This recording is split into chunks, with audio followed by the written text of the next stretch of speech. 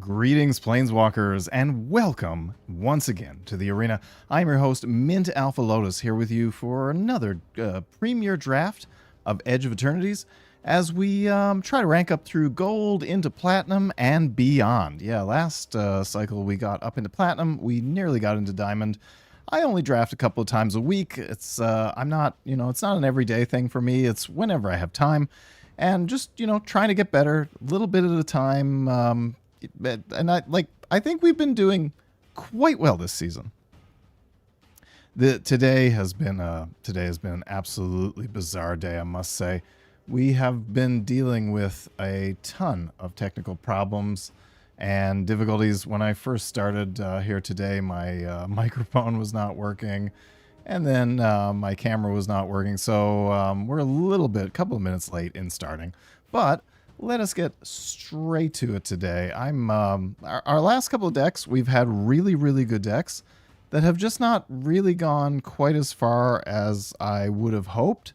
And I'm hoping that this is the draft that we can get a trophy on. Let's get started. Yeah, a lot of stuff going on the arena this weekend. There's some cool events and... Oh, hey, Horror Story. Welcome to the chat. How you doing today?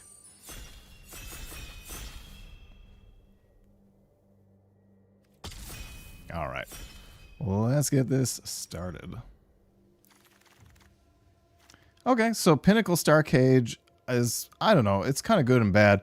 Thrumming Hivepool, I find, is a very, very good card. There's also Biomechan Engineer, which is something that you just do not see ever. Man, this is going to be a tough pick. Like, I really think the Hivepool is a bit, game-breaking. But man, there's like amazing Simic stuff here. Biomechan Engineer is crazy. The Sammy's Curiosity is a good card. And yeah, I mean, like the Rescue Skiff can be okay. The Dirge Craft can be okay. I mean, a Thrumming Hivepool can go into anything, I feel like, and it's probably what I'm going to pick here. I mean, Starcage could be neat, I feel like, but like white has so many low-end things that it's more of a constructed thing in my opinion. Just not quite as strong in draft. All right, following that up with a Memorial Vault, a Lightsmith. Depressurize here is okay. Also a Zookeeper Mechan Orbital Plunge. I think I might actually take the Mechan. We'll see how that goes. Well, actually, you know what? Maybe, like, there's so many sacrifice outlets in black that vote out here as well. Wow. This is, actually, I'm going to take the vote out, I think. Great pack. But yeah, like, Hivepool works really well in something like Orzhov or Rakdos, like black, red, black, white, where you're sacrificing a lot of stuff. I mean, the Hivepool is creating tokens every turn.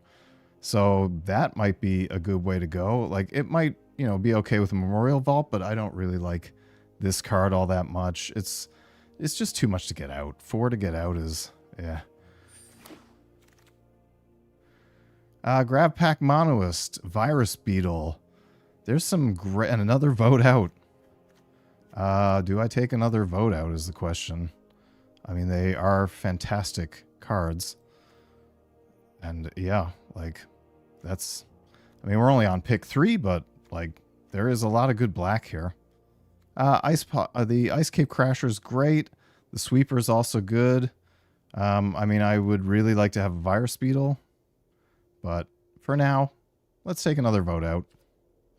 It's landing us pretty solidly in black, so we'll have to be a little aware that we are picking some good black stuff, but I mean, it's the best card in the pack, in my opinion.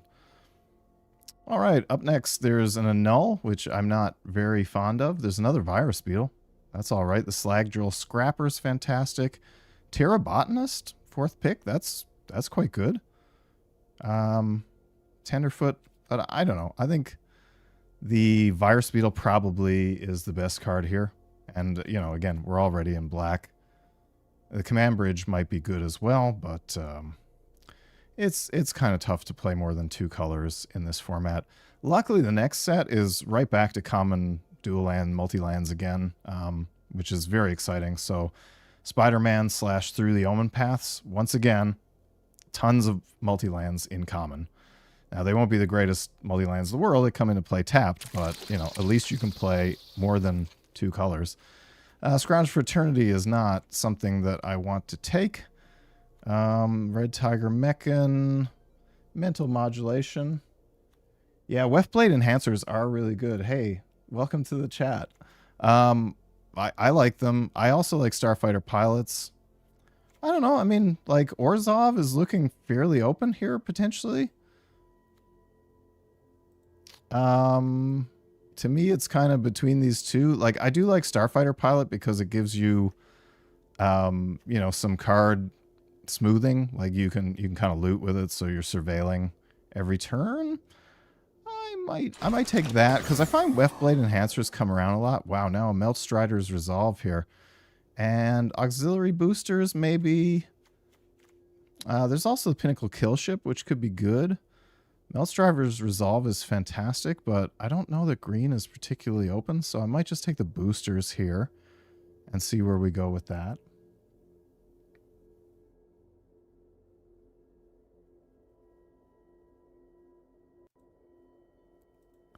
How's everybody doing out in chat land today? We're trying to see what we can pull together here for a deck. Again, our last couple of decks, we had some great cards, but, you know, they just didn't really get there. Wow, a Bombard 7th pick. That's pretty big. Well, there's also a Prospector here. I think I might take the Bombard just to stay a little bit open because, I mean, we could end up in, and there's also the Sammy's Curiosity. All right. We could end up in Rakdos here. That's entirely possible. I mean, alternatively, I can just take the Bonesaw Prospector, but yeah, I mean, here we're already kind of rewarded. Like, that Pangolin's fantastic. The Roving Actuator can be good. It's a bit hefty to cast, but, you know, it's okay. Cav Landseeker is also a wonderful card. Maybe I'll grab that, actually. I mean, at least with that, we could potentially splash some white if we end up with some really good white, but, like, right now, I mean, our white's not that solid, so I'm just going to take the Landseeker. Here, there's nothing particularly exciting. I might just take the Sammy's Curiosity just to stay open. Like, there's no black. The one white is not something that I ever get very excited over. So grab that. I'm not a big fan of Remnant Elemental. Tenderfoot, probably the best card here. And yeah, it's kind of odd that that wheeled. It's a little bit weird. I don't know. Tanuk is a good card, so we'll grab that. The Lightblade, I don't know. Tanuk has way more upside. I'm going to take the Command Bridge, because I may end up actually playing that. War Rager, probably not. Okay, so Susur Secundi is not a great card in my opinion. There is a lot of good black here, though. Or okay black, anyway. I don't know. Yeah, again, like, maybe we look at red here. White did seem to dry up last pack pretty quickly. I mean, the best two cards here are the Knight Captain, Knight Luminary. It's really hard to say. Again, it's first pick. And I don't know what to pick here. The Prospector is a great card, but we're still quite open. Yeah, the Harrier is also fantastic. I agree. That's a really, really good card. Man, yeah, this is we're a little bit all over the place in this draft. Let's take the Harrier. Especially if we end up aggressive. Pain for All. Okay. Getting past a Pain for All is a little bit of a gift. That is a absolutely killer card in my opinion. I've ended a few games with that. And I mean, yeah, like red does seem to be somewhat open here. So that's okay. And with red, we can potentially splash the green as well. I'm not going to say no to a Pain for All. Rakdos, probably not. There is a Titan here, which is amazing, and especially as you get towards the high end of things. Not seeing a lot of key components that Rakdos would want, like sacrifice outlets, that sort of thing, which is a little bit worrisome. Perigee Beckoner, I mean, there's a ton of good black here. I'm just going to take the Titan. It's the best card in the pack. Okay, Zoophyte. Again, great thing to bring stuff back from the graveyard. Wow, there's a scrap bot on pick 4. That's nuts. But, I mean, this is way higher upside than a scrap bot. And black does seem to be... yeah, that is really late for a Zoophyte. Like, pick 4. That's nuts. I've got to take that.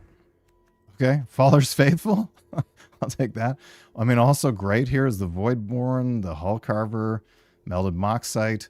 So, I mean, it is starting to look like we might not be in white. White is pretty dry, and I mean, the 2 cards we have from white are not that great. They're okay, but they're totally replaceable. So, I'm going to take the Faller's Faithful. That's a mental card. That's not good.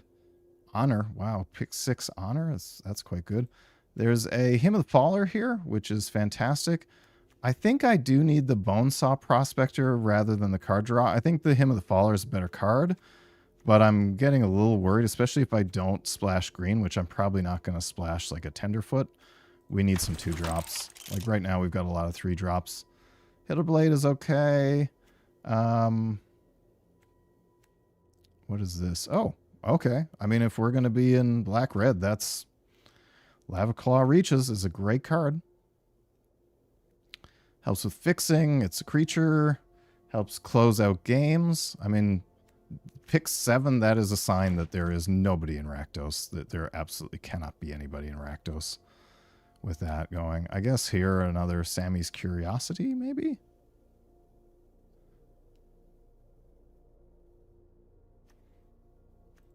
Yeah. I mean, maybe the Torpedo... It's not a great card, but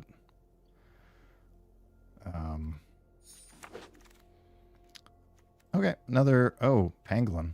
Do I want the Pangolin or do I want the Prospector? Probably the Prospector. Artifacts 4. Yeah. I mean, there's also a Nebula Dragon, which is really nice high end, but all right. Melted Moxite now for sure. That is the pick.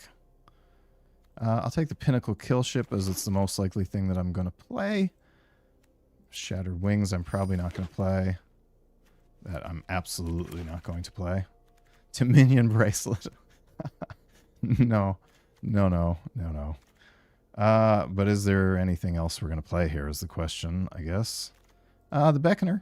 I mean, the Beckoner is a good card. Especially with something like a Virus Beetle. Beckoner can be great.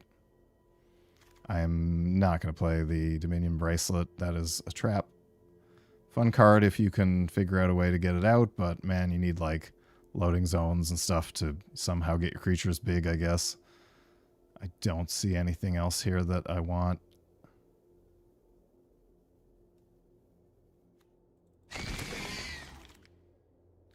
Oh, wow.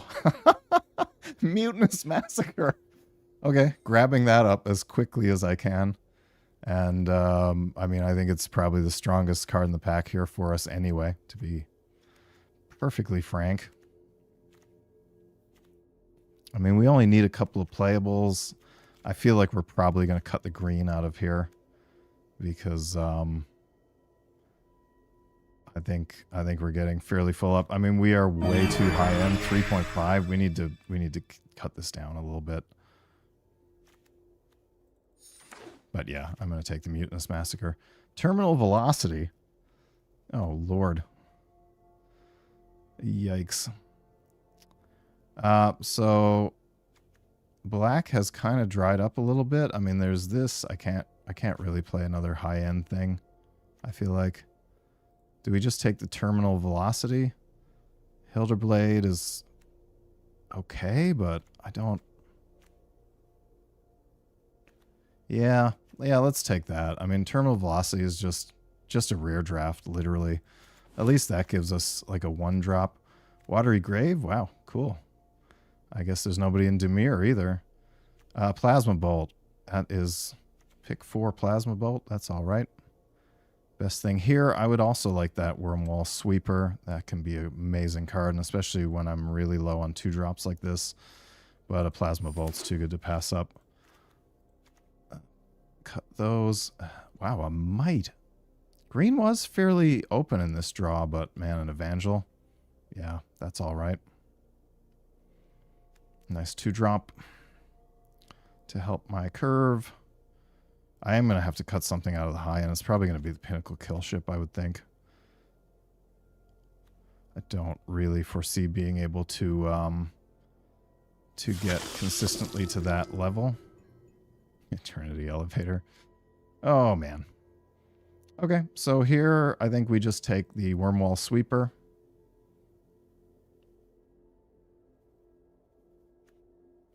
A lot of rares going around now, like stuff that's just, you know, people just pass on it because it's no good for a deck.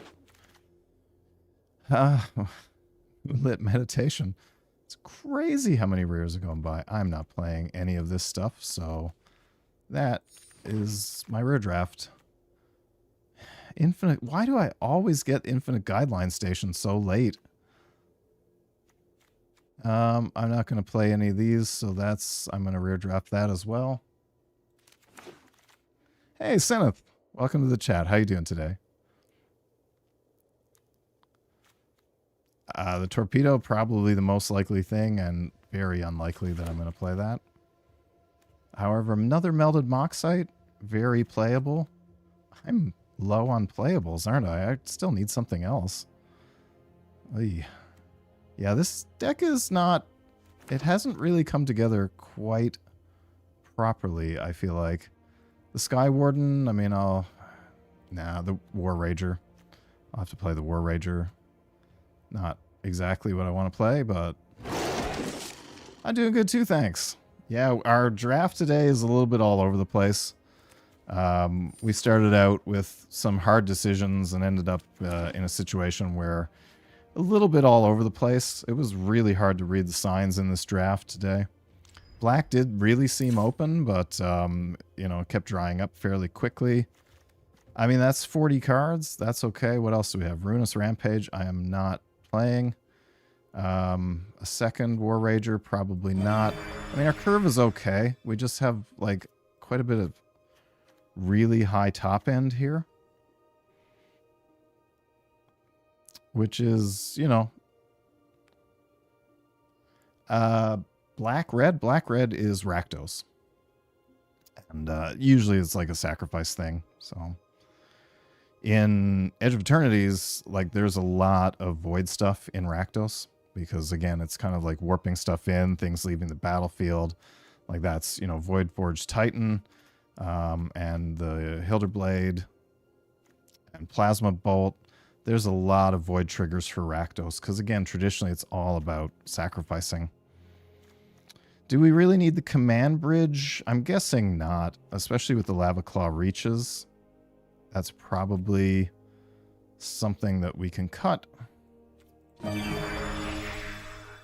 Oh, Jesus, only 11 creatures. But, I mean, I guess we do have 2 spacecraft as well, which don't really show up as creatures. And pretty close in terms of black and red, so our mana's good. I think that Lava Claw Reachers will probably be very, very helpful. I'm absolutely parched today. It has been like a swelterer of a day here. One of those just bizarre, humid, hot days. Not fun. I mean, part of me kind of wants to play the second War Rager and maybe take something out, but I don't feel like there's really that much that we want to take out of here. The only thing I could really foresee taking out might be the Pinnacle Kill Ship. But yeah, it shouldn't be this hot in September. No kidding.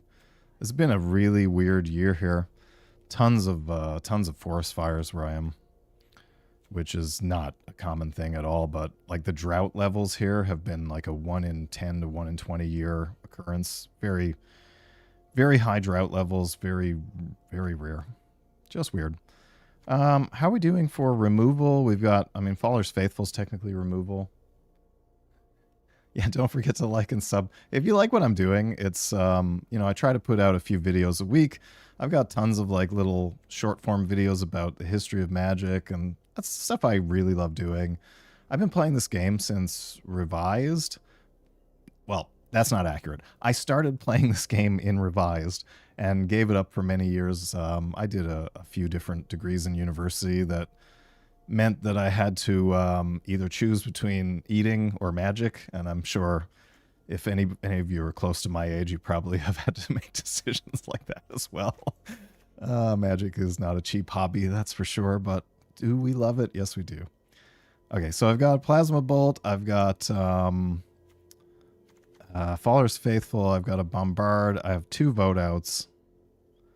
I mean, my only concern here is that, like, we are not super heavy on creatures. I really want to play that Mutinous Massacre. That could just be very fun.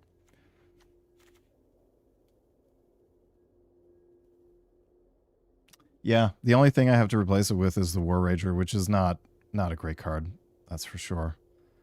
And, I mean, if I take out the kill ship, then that is removing an outlet that allows me to tap 2 creatures to get counters on the War Rager as well. So, like, I don't know. I think we'll play it like this. It's scary because what do we have? 4, 6, 7, 8, 9 things in the 4+. I mean, Perigi Beckoner is technically like you can warp that on 2. It's not always particularly useful to warp it on 2, but God, the last draft we did, we got past 2 Nova Hellkites. 2. And one of them was on pick 7. And I wish to God that I had been in red. That was pack 3, pick 7. And pack 3, pick 3, was it? That we got, yeah, 2 Nova Hellkites. I wasn't in red. Apparently nobody was in red. Nobody respected red at all. But again, there was no signs that nobody was in red. Maybe there were people in red and they just didn't take the Nova Hellkites, but I cannot even envision a universe in which that's sensible because it's one of the highest win rate cards in the format. All right, let's just ship this deck and see how it goes. I mean, that's the best we can do. Like, we did end up, we took this diversion into white early on, that did not pay off. We kept getting past, like, some okay green cards. And then, yeah, I don't know. Like, I feel like there weren't, like, none of the lanes were super open, but I mean, we got some very good cards. We got Zoofit, we got Mutinous Massacre, Pain for All is an incredible card. We got some okay stuff, I feel like, and yeah, we'll just have to play it the way it goes. We'll see. This might go 2 wins, it might go 6. I have not been able to predict how decks work in Edge of Eternities. I don't know if you guys have been experiencing the same thing. It is really hard in Edge of Eternities to know how things go. I mean, because of the lack of multi-lands and the lack of, like, really solid, good, quick fixing, the number of mulligans, I think I've taken more mulligans in all of Edge of Eternities. Like, in one game of Edge of Eternities, or one draft of Edge of Eternities, I take about as many mulligans as I think I did in all of Final Fantasy. But, I mean, Final Fantasy had tons of good fixing. And Edge of Eternities, it's so easy to draw a hand where it's like, I can't play anything in this at all. And it's way too scary to just try to hold on to it. Okay, well, we got Lava Claw Reaches. That will be our first turn play, I guess. Virus Beetle second, and then, yeah. We're on the draw, so we'll see what we get. I mean, it's not the most powerful hand in the universe, but everything in it can be played, so that's alright. Get that out. Sweeper? Okay. It's a good play on opponent's part.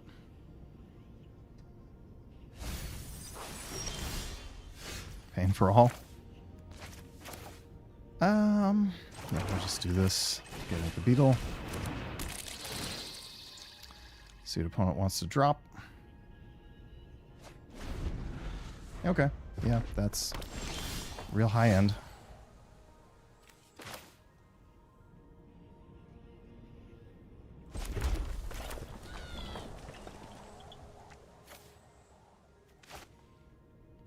yeah, I mean, I guess we'll just get in for one.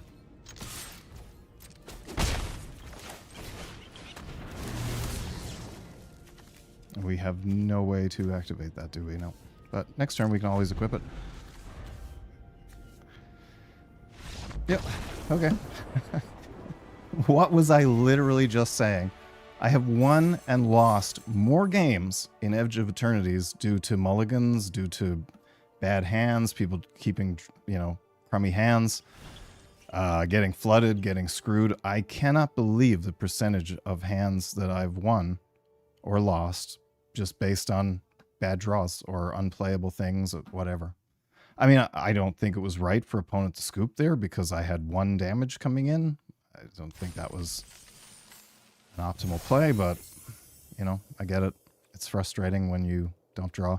I had, in my last draft, we were, I think, 4-1 or something like that, and I lost next 2 hands. Just one I had to mulligan. I mulliganed into something worse. The other one, I had a great hand and didn't draw a single damn thing after that. Like, it was, I was stuck on, I think, 3 lands for 5-6 turns. Couldn't play anything. That's how it goes.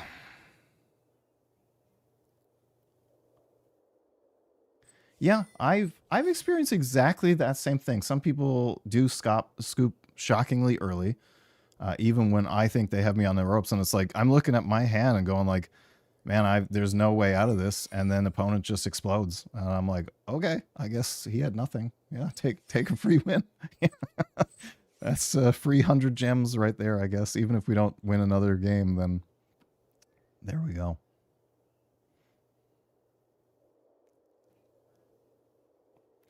So have you guys, what are your favorite drafts of this season? Have you like drafted into some really, really good cards that have helped you win? Like Araboroid is still a card I have not been able to draft yet. I've played against, I think, 8 or 9 or 10 of them.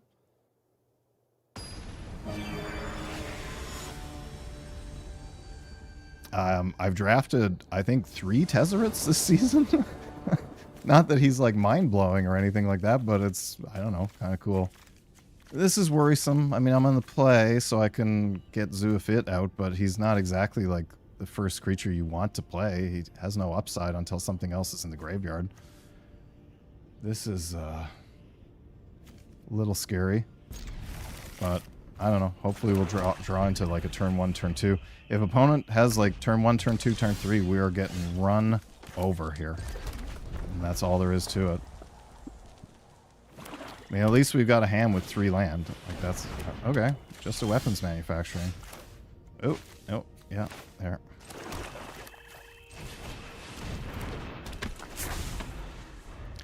And if we can get to 7 mana, we get to play a couple of ludicrous cards. But yeah, I mean, we're definitely going to need to draw something here.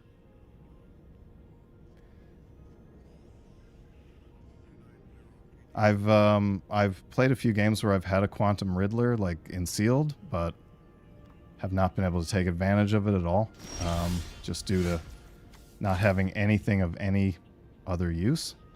Okay, that's scary. Opponents, that's a sorcery. That is an enchantment, so we'll just attack. I mean, I'm sure he's got some removal. Nope, I guess not. Nothing to do.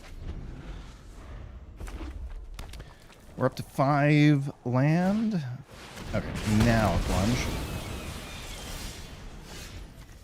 Okay, so we have literally drawn all the highest end cards in our deck. And this is the Edge of Eternities experience, in my opinion.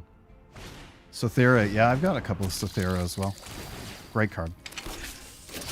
I don't know. Here we drop the Pinnacle Kill Ship, I think. It's probably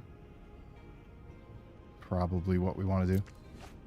Well, the bright side, like, we're at a point now where pretty much anything we draw is going to be something we can play. But yeah, this was clearly, like, a really dodgy hand. Okay, Melded Moxite. What are we going to drop for that, though?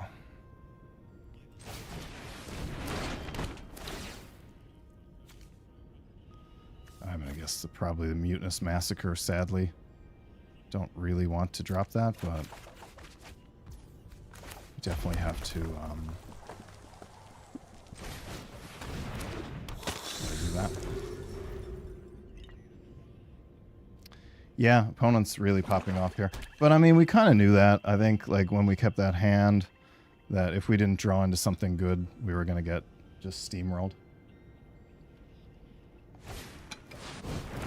Beckoner, alright. Not blocking that, because the other Moxite.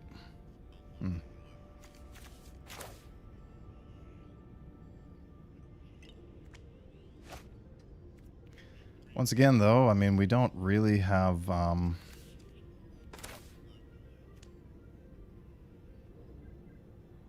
like, I feel like probably just want to vote out here.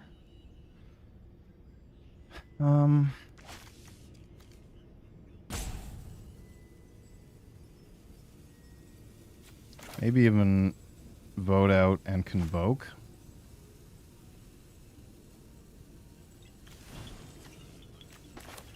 Yeah, I think we have to remove that Beckoner.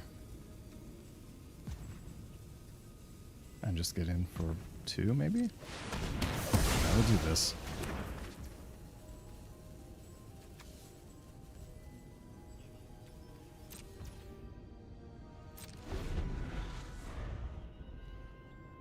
Okay. Opponent's gonna go for lander token. Yeah. Yeah, I think I need that token, to be quite honest. I mean, I wish I had the token to convoke with or something to block here. But whatever. Definitely not an optimal game, that's for sure, today. Okay. Let's grab that up. Opponent's way ahead of us on land.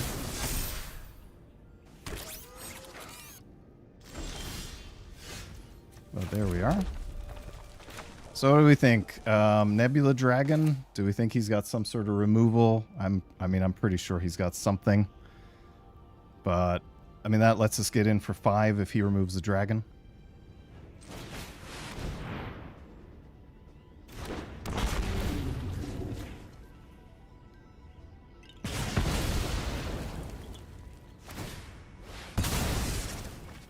Alright.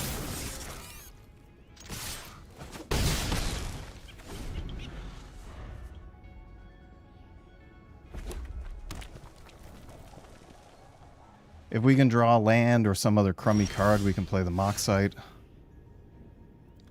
What do we think? Is this a play the Moxite moment?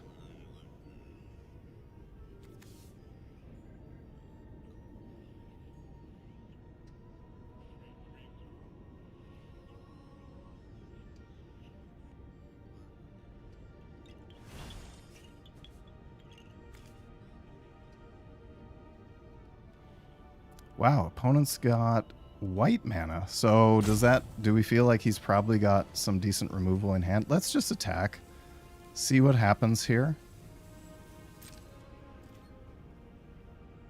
Yeah, Pain for All is a great card. I have a feeling as soon as I tap that Nebula Dragon, it's getting removed. Rig for War? What? Okay, that I was not expecting, I'll admit. That's ridiculous. Is that permanent? First reach till end of turn. Okay, let's do this. I'm going to... let's see here.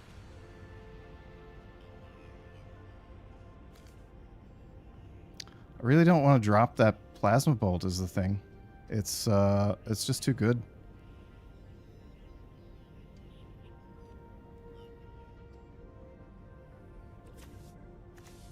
Because, I mean, like, potentially we have 6 damage here between the Plasma Bolt and the Pain for All.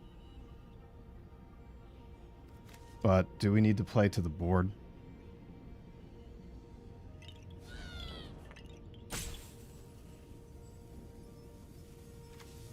You know what? I think we need the card advantage. I really do.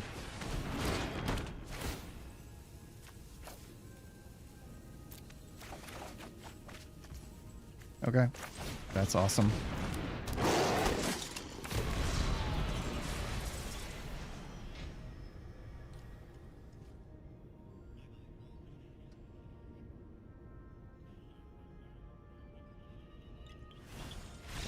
Yeah. Okay. Whew. I'm not gonna lie, that was kind of scary. But okay, so was this yet again another circumstance where opponent like is this white mana? I don't know. I mean, weapons manufacturing, I don't feel like is a great card unless you have a ton of sacrifice outlets to be able to get these things. I don't know. Yeah, I feel like here with Pain for All and Perigee Beckoner in our hand, like we're looking at ending this game pretty quick. I mean, we can even warp out the Perigee Beckoner here, attack with everything, like put the +2/+0 on the Evangel even maybe, and then Pain for All off the Perigee Beck. I don't know. I feel like, yeah, if we just go face, yeah, it can be. I feel like, so weapons manufacturing, I feel like is going to get a home in standard somewhere. Like, I don't think anybody has really built a lot of decks with it. And it's a really cheap card right now. Like in paper, I think it's only $1. But like all it is going to take is that thing popping off to just, you know, artifact storm people in a few turns. Like if you could have a couple of those and just sacrifice stuff like crazy. And even a card like Shatterstorm to destroy all artifacts just allows you to destroy all of your own artifacts. I mean, there's nothing like that in Edge of Eternities, I guess, but... Well, there is something that exiles everything, and it does say when it leaves the battlefield, so... anyway, yeah. Yeah, works really well with Rakdos. That's probably, man, like 4 damage a ping? It's awesome. Yeah, everybody... I've drafted Rakdos a few times because I've lost to Rakdos, and he never stays on the board. If somebody has removal, he's just immediately gone. Completely agree with you. So, horror story. We drafted our pick 1, pack 1 was this Thrumming Hivepool.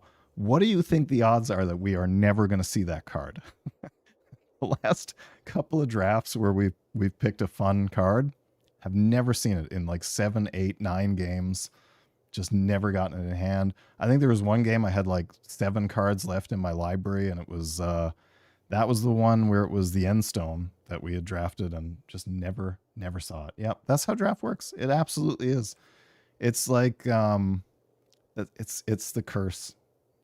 Let's play a fun card. Never see it. Zoofit was a card that I drafted, I think 3 drafts ago, and I never saw him. Anyway, we're at 2 wins. I don't know that either of those is particularly valid. I feel like we, like opponent just got flooded out there. I mean, he had a ton of land and we started getting some good plays. But I mean, that was really scary because we had all of our like 6 and 7 drops in our draw, basically. There's another one. But, I mean, we can play the Moxite. I think I might actually play the Moxite on turn 2 and toss the Pinnacle Killship, play Zoofit on turn 3. We're on the draw here, so this is an okay hand. Okay, I mean, we even have a turn 1 play here. This is great. Having turn 1 play, turn 2 play, turn 3 play. There's a Hivepool. Awesome.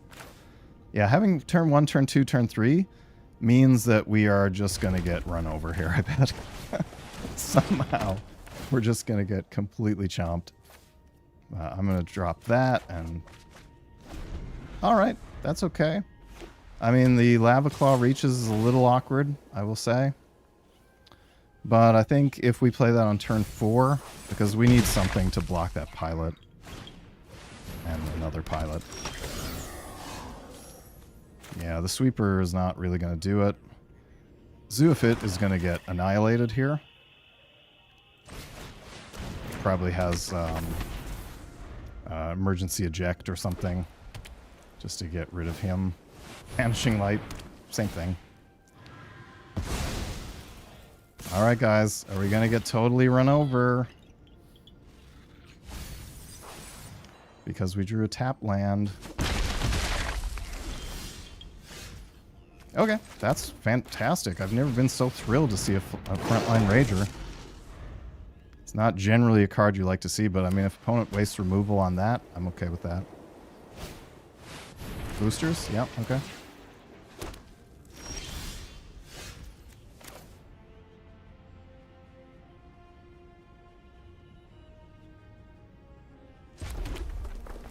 I mean, unfortunately, vote out is a little awkward here.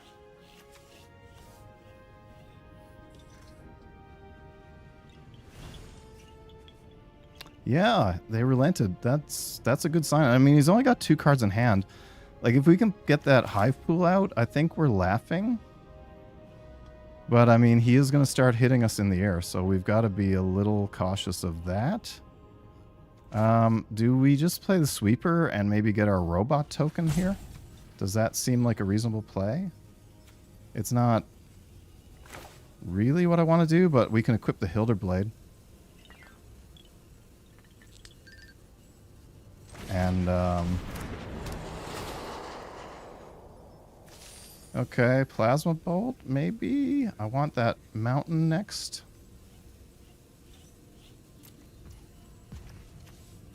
Let's, activate. I mean, it stinks. Like, I would really like to be able to tap that War Rager, but I just can't. I cannot take 7 damage next turn. No attacks.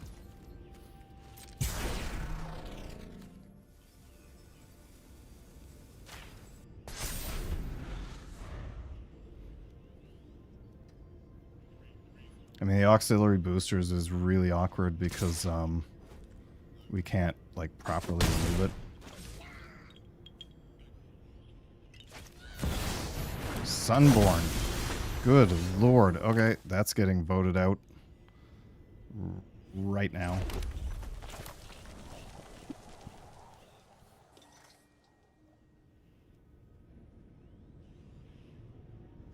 Life gain, yeah.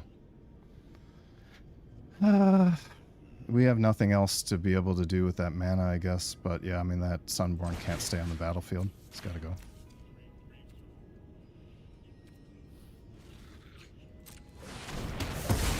And I think we have to start pressuring here, possibly. What do you guys think?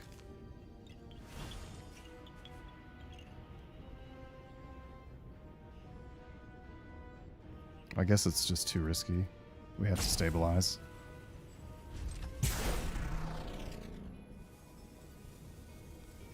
Here, I think we just do this, just to diversify, in case he decides to attack with Starfighter Pilot. Yep. I mean, he's got some sort of play, because otherwise he would have equipped the boosters. Okay, cool. 6. Next turn we can play the Land Seeker. I'm going to...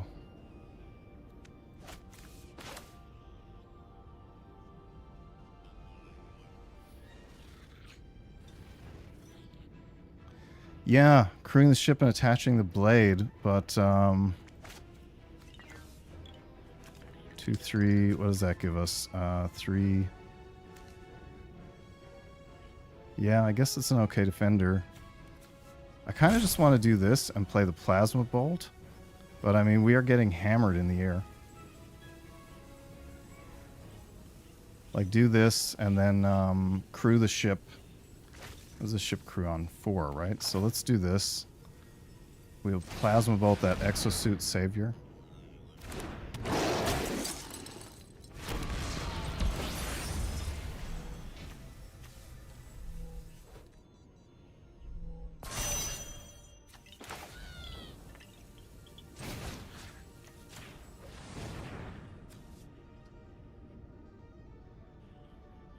He's got something. Ah, crud. Yeah, figure out systems. Okay. Well, I mean, we've got the sweeper to be able to block the suit savior, I guess.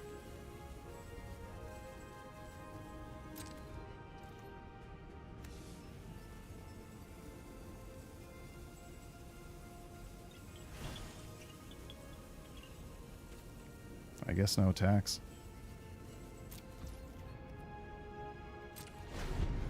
We can trade with the savior. I mean, we are really on the back foot here.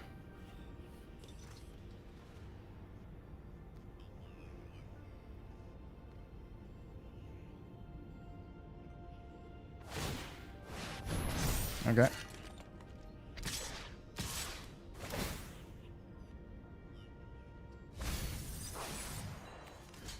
think we have to do this and just hope he doesn't have a trick. Pinnacle kill ship's already gone.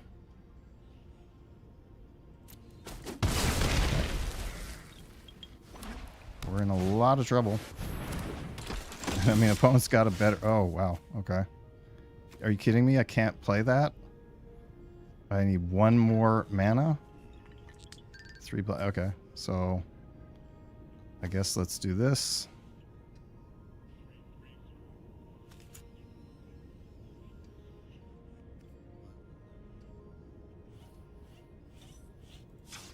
What's opponent got here? That's odd. Even. I'm odd. Or even. Odd. Oh, man. This is, yeah. I mean, this is our only hope, I guess. What? I'm going to take a swamp. And, we'll just hold up. I mean, opponent's top decking too, so...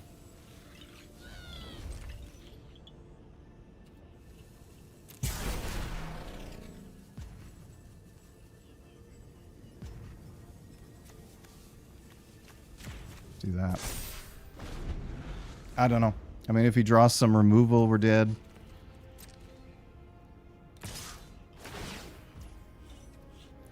So what do we want here? We want it to be even? No, we want it to be odd. Be in control of all. Yeah.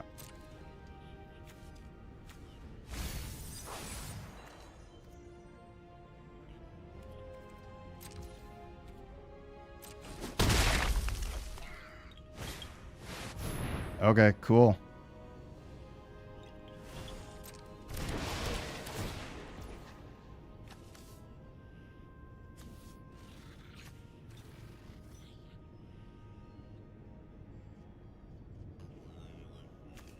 Yeah, I think we actually want to pick even.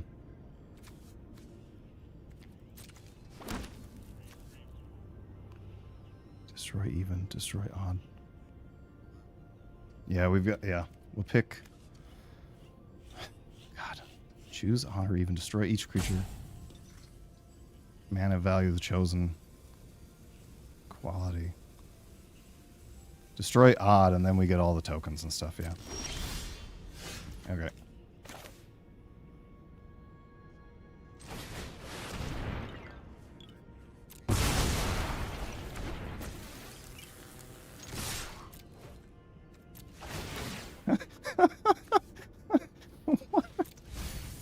Oh, Lord. I don't want any more land. Okay. I guess we'll just stick it on this. Oh, no, it goes... Ah, I thought we kept it forever. That was so close. Oh, well. Good game. I thought Mutinous Massacre worked such that you kept the creatures until end of turn. And then I should have attacked last turn. That was... Or the previous turn before I cast it. That was a miscalculation. I mean, this is the other thing about Edge of Eternities. All these cards have so much text on them that it is really hard to keep them all straight. Yeah. Anyway, that was a good game. But, like, we were just getting hammered. By the time we could finally play that, if we could have played that a turn earlier, it would have been so much better. But yeah, I thought you just kept control of those things. Yeah, I should have read it better, but I was too busy trying to figure out if I needed odd or even. This is a little scary, but okay.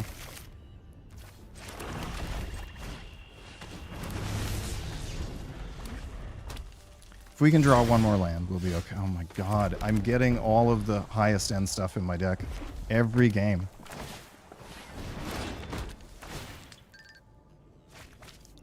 All four of those creatures are too high casting costs. This sucks, but I don't want to play Faller's Faithful with no targets on the board, but what option do I have?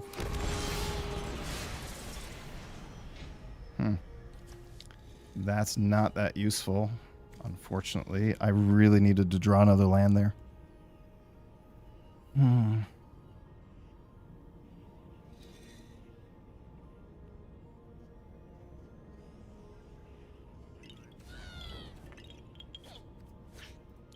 know it's my go, dude. Let's do that. Cool. At least that way we don't get totally run over. I think I spoke too soon. Yeah, okay, so let's do this. Drop the kill ship. Thank goodness.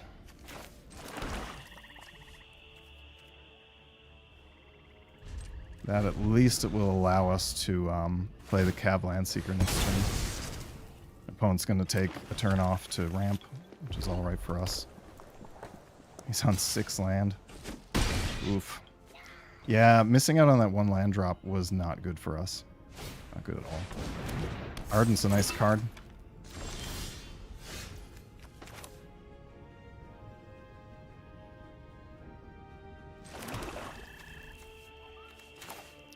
So I'm guessing here, this is probably the way to go. Next turn we can potentially trigger that Plasma Bolt and go get a mountain by blowing our lander token. Yeah, it could be another weapons manufacturing deck, I don't know. Old man glasses, yeah. No kidding. Of course, orbital plunge. Yeah, we're going to get run over here. The Siriema, I think, was when I first drafted the Siriema in paper. Man, I could not read that card. It's like 2-point font. It's a little bit nuts. So, what do you think? Do we try? No, we're about to get mulched here if we do that, I guess. We got 4, 5, 6. We need 1 more red to be able to cast the Massacre. Okay, so we'll do this.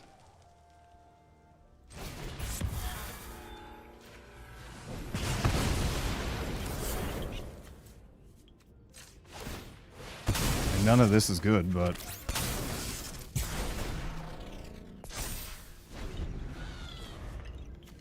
opponents are odd and even, so that's not good either. There's another odd. I mean, at least we can wipe out most of his board state. Oh, jeez.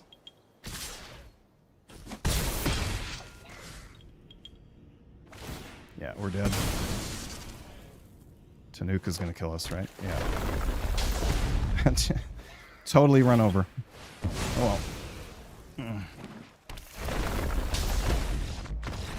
But yeah, because we missed that 1 land, and you know, we kept a hand that didn't have a whole lot of great potential, but I don't know.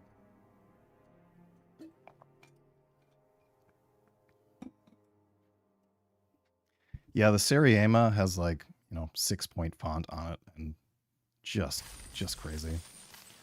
Well, that's unfortunate. But yeah, missing that 1 land drop was pretty much the end for us. An opponent just overwhelmed us. I mean, he had a really good draw. Between that Ardent and the Tanuk, that's a lot of extra damage right there. Like, what was that? 4 or 5 extra damage. And Cav Land Seekers are such a fantastic, aggressive card. I wish ours had not died. But the Orbital Plunge gave him the token that then he could use to get a bit of extra damage as well. It's a good deck. A lot of synergy there in his opening hand. Okay. Again, I mean, there's nothing. Like, have I drawn a hand today that has had much playable in it? I'm going to play the Lava Claw Reaches to start, I think. And then, I mean, it means I can't get the Hilderblade out, but I've got to get that Melded Moxite. I need to drop that Mutinous Massacre and try to draw into something that I can actually play.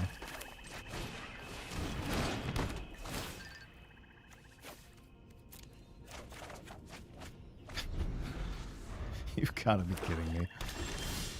Okay, I mean, opponent's kind of dirtling too, so we're okay there, I guess. Let's do this.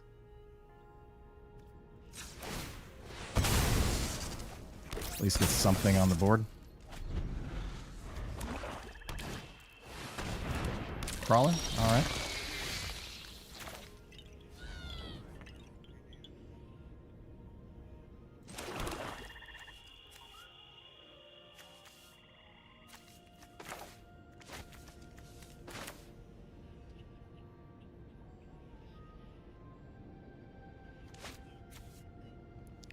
Lava Claw reaches as a 2/2. So let's do this. We'll warp in the Beckoner. Yeah. Cast that warp. And I'm not going to attack because there's not that much point. But we will attach the Hilder Blade here.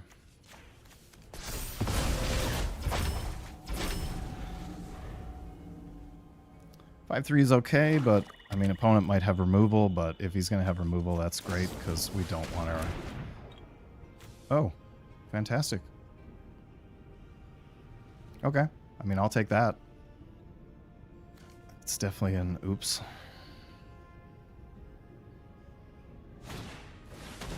Color on it. That's... Ah. Okay, well... Blocking out.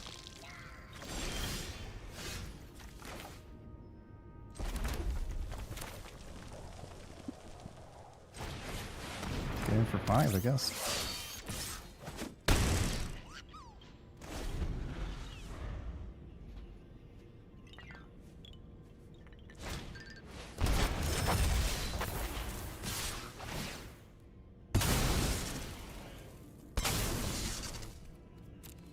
Fine.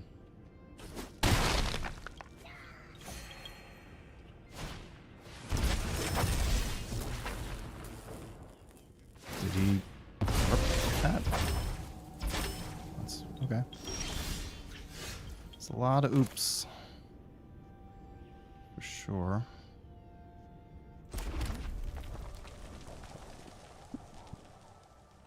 Alright, have a good game, Horror Story. Thanks for popping by. It's good to see you.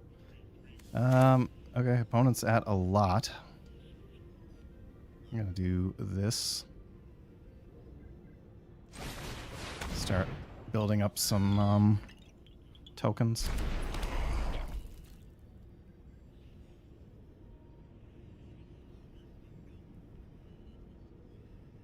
Here, I think I'm just gonna attack with a Titan. Because, I'm okay trading the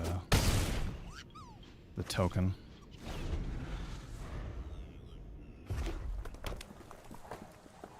Okay. I sense removal. Yeah, plunge. Which is a little crazy in my opinion, but there we go. Alright. Is here where we stabilize? That's the question.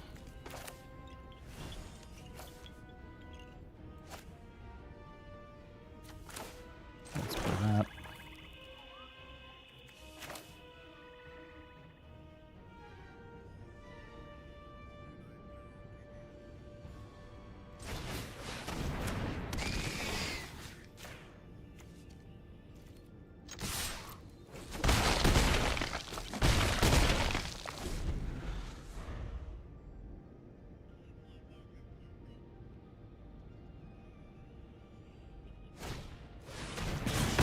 Oh, another plunge.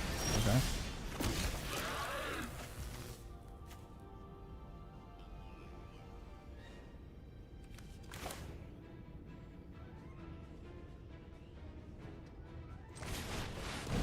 This.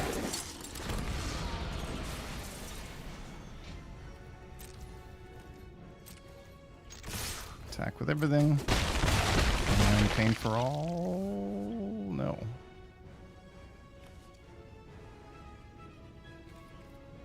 Oh yeah. Sorry. That was kind of hilarious. Go to the face. Okay, so I mean, at least this deck got 3 wins. I mean, some of them might not be the most valid. This was definitely not valid. Opponent made so many mistakes here, I feel like. I feel kind of bad, and I feel bad for the 2 games where opponent got stuck on land. But I don't feel too bad, because our previous game, we got stuck on land.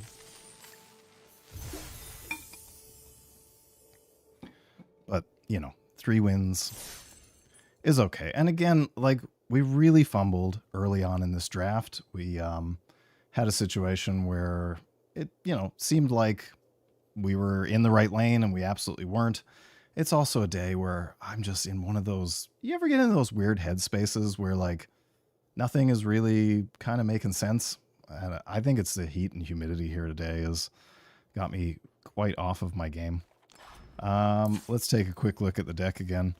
It's not super strong. I mean, there is way too much high end here in my opinion, and it's real easy to get run over. We really needed maybe a couple of more 3-drops here, or at least one more 3-drop rather than one of these 7-drops. Not a lot of flyers in the deck. Like, black seemed like it was really open. Yeah, I haven't played the kill ship at all. I've had to toss it a couple of times. So Edge of Eternities really feels like a set where you can get run over so fast. Like Dragonstorm, you could afford to do things for 2-3 turns. You could afford to do nothing for 2 or 3 turns and still be fairly okay. And even with Final Fantasy, it wasn't a situation where like you were going to get annihilated in a couple of turns. But this set has a lot of fast, aggressive stuff, and it is entirely possible that you're getting, you know, beaten on turn 5, turn 6. You're stone dead. A lot of good like one. And I mean, we saw like the Timeline Color is a fantastic 2-drop that can do a lot of very early damage. The Sunset Saboteur can be mental. I drafted 2 of them in a paper draft one night, and the number of times that like I had essentially won the game on turn 3 because the rest of my hand was just removal. So Sunset Saboteur putting counters on opponents' creatures didn't matter. I just removed them as soon as they had like 2 counters on them. And meanwhile, every turn I'm getting in for 4, right? Because I was always drawing one of those 2 Sunset Saboteurs. That was just nuts. That deck was so crazy.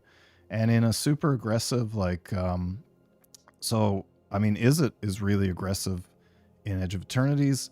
So Zorzov, like, there are a few colors that are quite aggressive. And even, like, I think Selesnya can be pretty aggressive as well.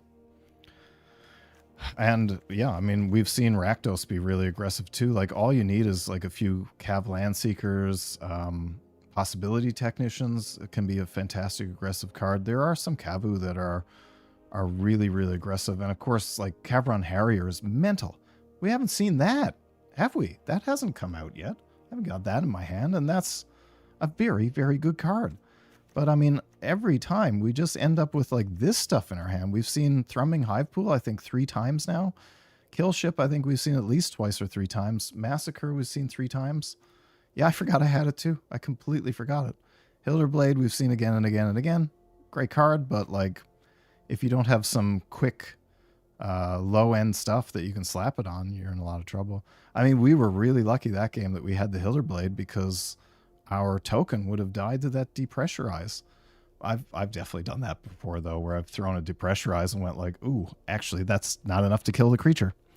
So yeah, I am going to take like a just quick like 2-3 minute break and I will be right back. But yeah, thanks for hanging out, everybody. It's actually been really, really fun.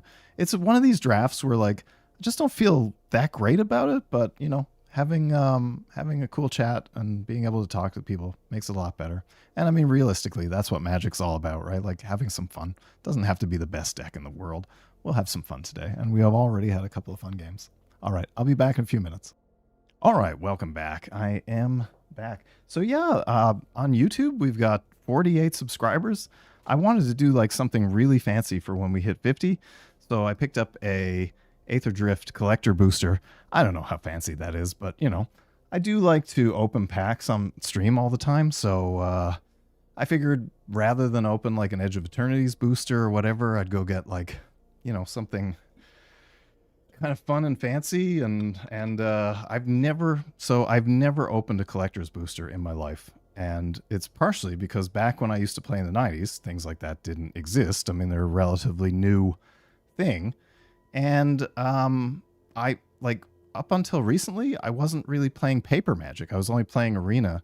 So I got into Arena like when Strixhaven came out, and I've been on and off, you know, on and off kind of over the years, depending on how fun the sets were. Like there were some that like Strixhaven I loved. I thought that was fantastic. And then when the Innistrad sets came out, I was very hyped for those. but I didn't end up enjoying them very much, especially not standard. I found that standard was really stagnant and there was a lot of control. And I was literally, I think because of like Alrund's Epiphany and stuff like that, I was playing unranked standard games that were taking 40 minutes to get through. And to try to get your 10 wins a day on Arena when like a game is taking 40 minutes, it's not tenable. And so it just got really, really boring. And they were way too late in banning Elrond's Epiphany, in my opinion, because, man, like those games were just so kludged up. And you'd be winning, and then all of a sudden you're not winning anymore. And like there's no coming back. And it's just, yeah, complete reversal. The number of games where I beat an opponent down to 1 life for them just to play Elrond's Epiphany and then play it again and again and again, and birds, and just sweep over. And it's like, okay, I can't even resign because maybe they can't play it again. Oh no, they can, and again and again. As you know, anyway, I did kind of dip out for a while there, but like usually for most sets, I do kind of come back in and play a little bit. But like the last year or so, there was a lot going on in my life, and I didn't play during like Duskmorn. I didn't play during Aether Drift. I didn't play during Outlaws of Thunder Junction.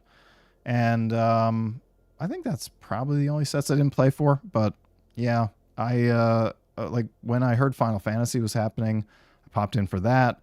It was kind of, I think, maybe the 3rd week of Dragonstorm is when I started playing again. And, you know, one of my friends had started playing and he said Dragonstorm was really fun.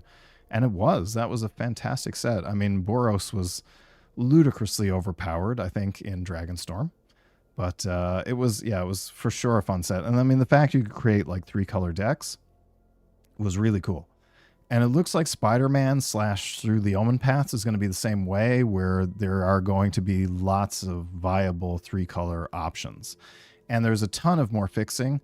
Again, like this has been my biggest problem with Edge of Eternities, is that the lack of fixing really does make it challenging. Now, I mean, with green and red and lander tokens, you can splash other colors, but you can't really play 3-color decks. And even I find like trying to play 3 colors, even with one of them on a splash, is tough. And yet, like, I get hammered by 3-color decks all the time, but yet I can't make them work. I find it really, really tough. It's too bad. Like, I would have loved to play this Tanuk. That's a fantastic card. And even maybe like a Sammy's Curiosity or something like that. But, you know, I've got a command bridge here, but it's too scary to, you know, like if you want to splash, green kind of has to be your primary color. Like the only lander token I have in red right now, I think is at 4 mana. So that's not viable either. All right, let us try another game. But yeah, I mean, if we end up 3-3 with this deck, I won't be upset. I think, like, I was hoping for this deck to be a little bit stronger. But, you know, you just get what you get. It was a weird draft. Like, again, I don't really feel like any lane was super open. Black might have been the most open. And even that, like, we were passing a lot of black. And people were snapping it up. So there weren't, like, really strong signs. And I think that's another problem with Edge of Eternities. In other sets, you can get to like pick 6 or 7. It's like, wow, there's good cards in this pack. In Edge of Eternities, like all too often, the last 4 or 5 cards in a pack can all just be garbage. And so you can't really tell if something's open because everything in the pack is junk. It's not so obvious that, you know, one of these colors is where you should be. All right, that was a long wait. Cool. Dolos in silver. So he must be doing quite well in the draft. Okay.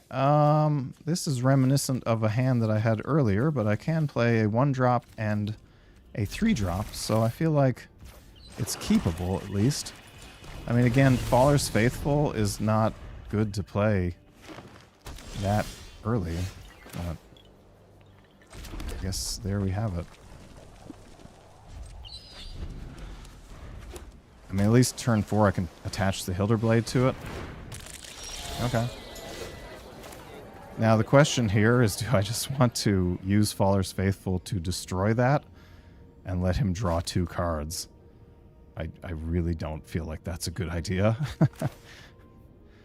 I think we're good without doing that. Not going to do that on a tenderfoot.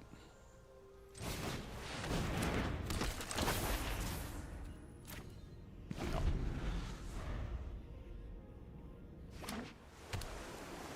His opponent's on Simic.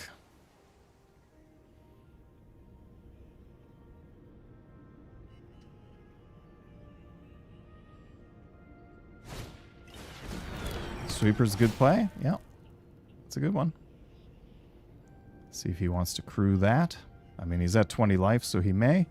In that case, we're going to play the Beckoner and get in for 5. And that'll be all right.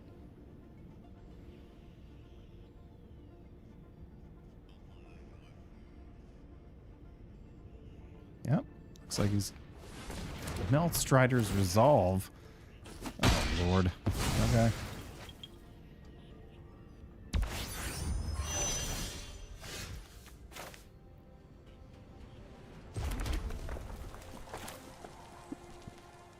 It's not particularly efficient, but here I feel like we just play the Virus Beetle.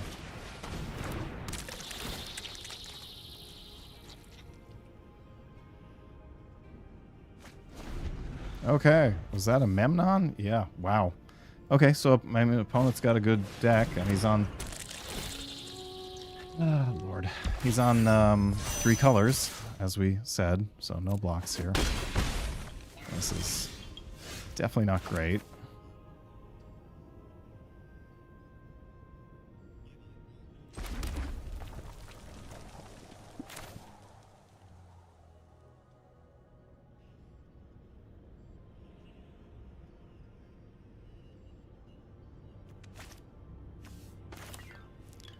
I think we probably just want to do this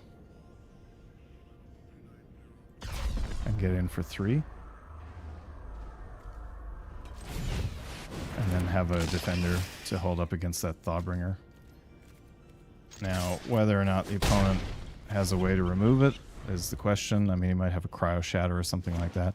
Again, like, I feel like we're just going to get run over in this game, just based on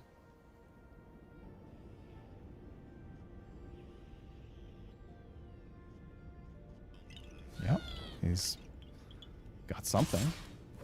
No? Okay, good. That's good.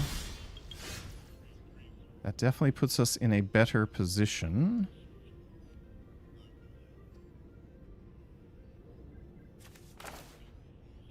I'm going to play the Titan. Next turn, we can start removing some creatures and start drawing some cards. No, we're good. Okay, he does have some removal.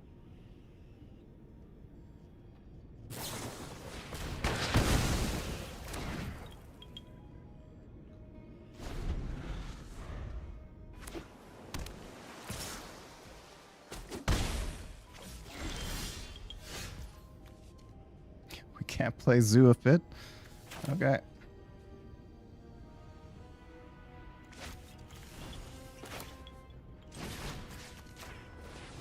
Just get rid of that. That's really awkward.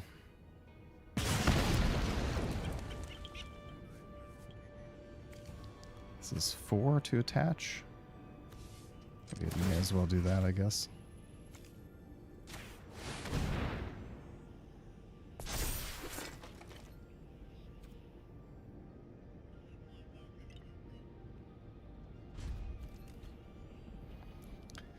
Hopefully, we draw another swamp, and we can start bringing stuff back to the battlefield. That would be quite nice. The opponent doesn't really seem to have a whole lot of removal in hand. Dirtling a little bit. Next turn, we can try to vote out the Wormwall Sweeper. It's only got 1 card left in hand. Okay. Then, I think here, we just have to try to stabilize as best as we can.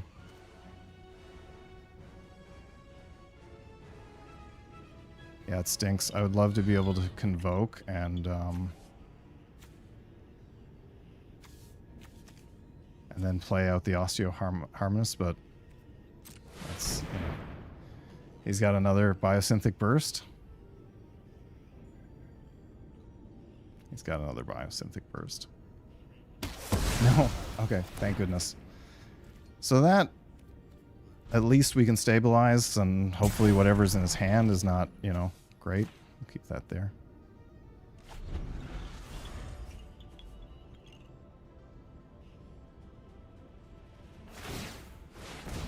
Okay.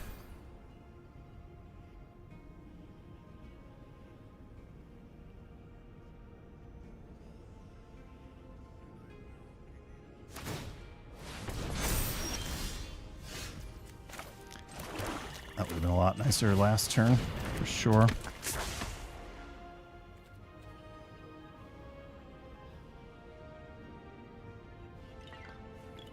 Okay, last turn.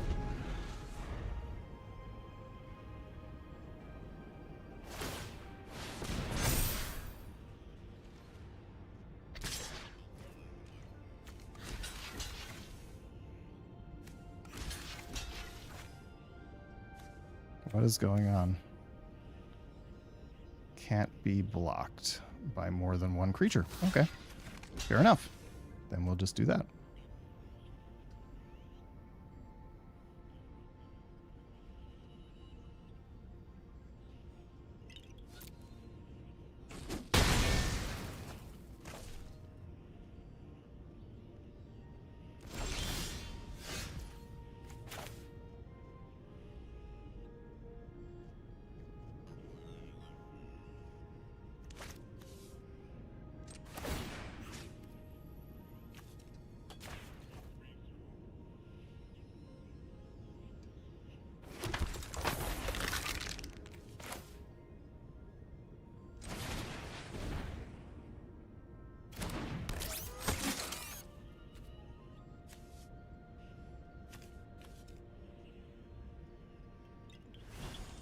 No abilities.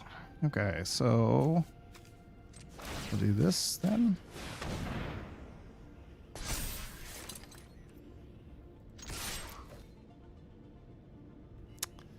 Okay. Sculpting, yeah. All right.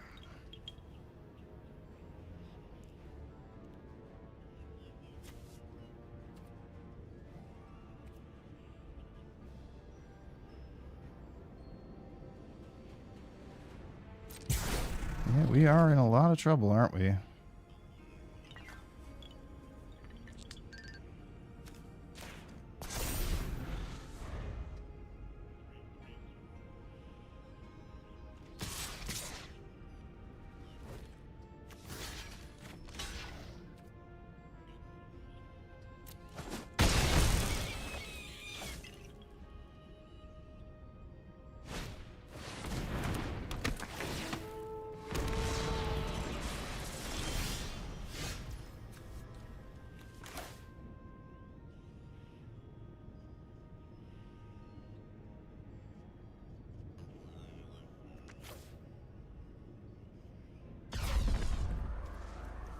I guess we do this.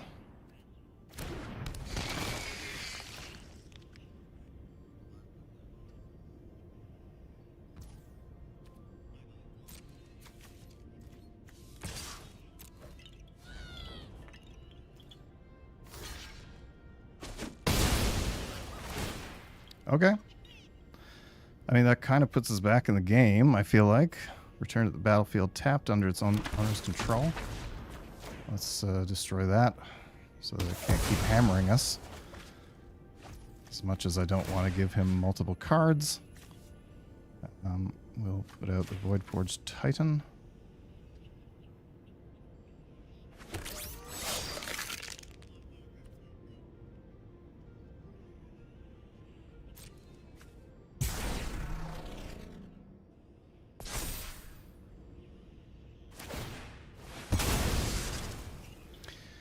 I mean, that card advantage is going to be amazing on his part, but like other than that, we're just chumping turn after turn after turn. So that's not going to work. Yeah, wow, he blocked it. I was kind of surprised. I think he probably... Oh, Lord. Forced him out of the storm. And I guess that's it for us, isn't it?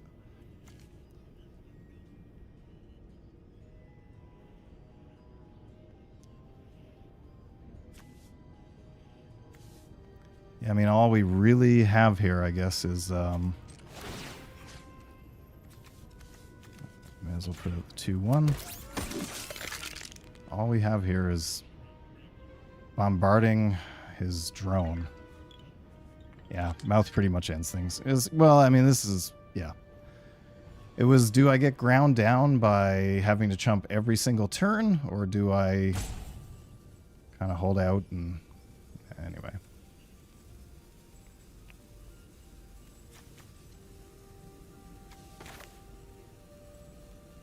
I mean, I probably should not remove this drone token, but if I wait, he could counter it, so I may as well do this while he's tapped out, I suppose.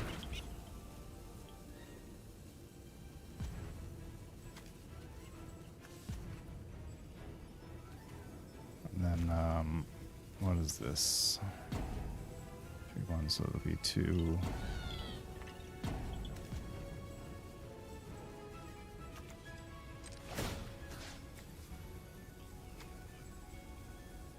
Just do that. I don't know.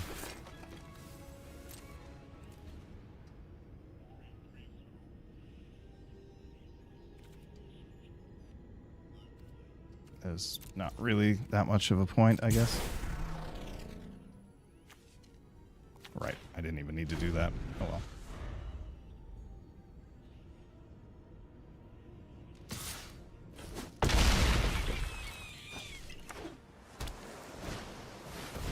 Thawbringer.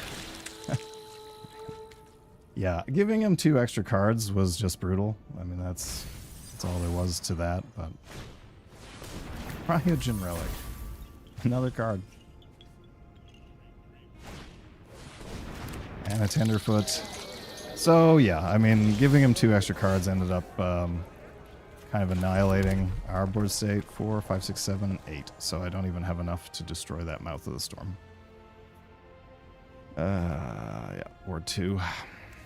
That's too bad. With this, we would be back in the game if we had 1 more mana. But, I mean, that was this deck. Like I said, when I drafted it, there was way too much high end in it.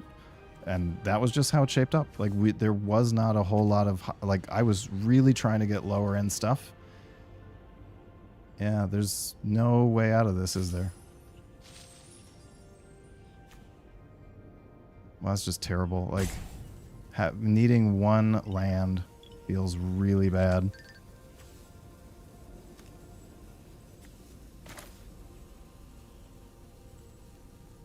I mean, I guess I can just play it and station it. That's probably my best shot. We'll remove that Tenderfoot because that can pop off.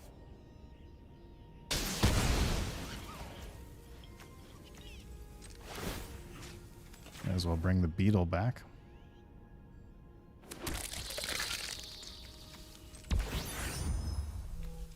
What do we have here? We need 7, so 4, 5, 6, 7. Do that. I guess these guys are not really blockers, are they? That and this.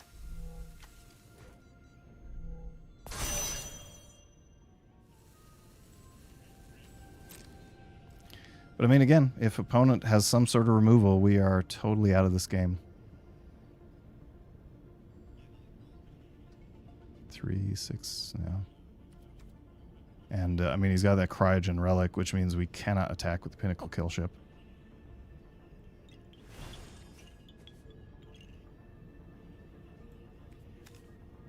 Beckoner the Titan. That's 3. I mean, do we attack with the Titan and try to trade for something? We got 3 blockers, 3 attackers. We're at 1 life, so if he draws some sort of removal, we're doomed. So no, I don't think we can attack. That's good.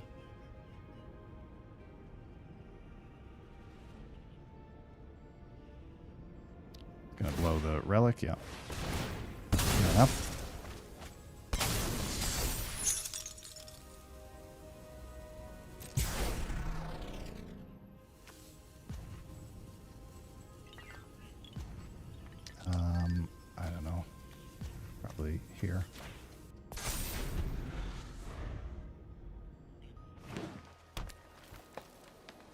Opponent's on 2 cards. Oh, Grove Strider.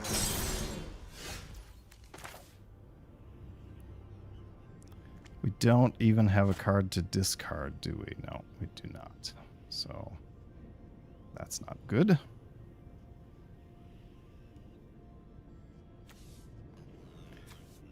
Okay. So luckily this will never trigger, or else we would die, but to drawing a card.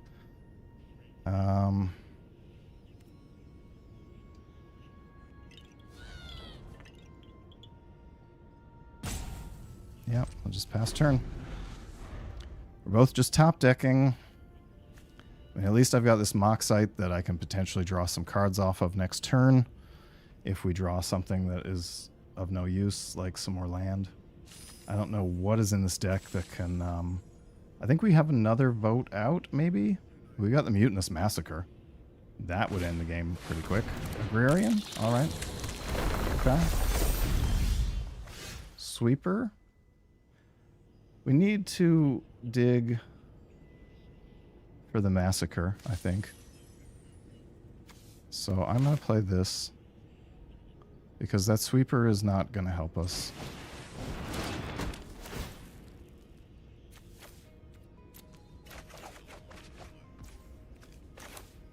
I may as well play this.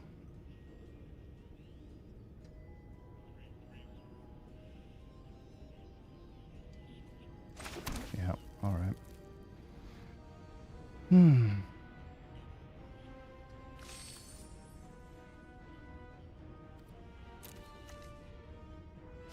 Target creature card, which is not a spacecraft. There's nothing in the graveyard to get. That I can do at any time.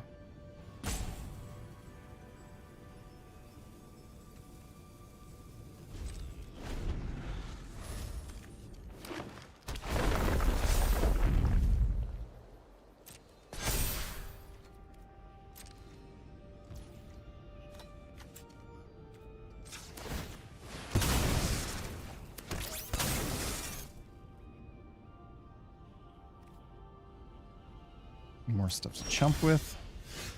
It's not helpful.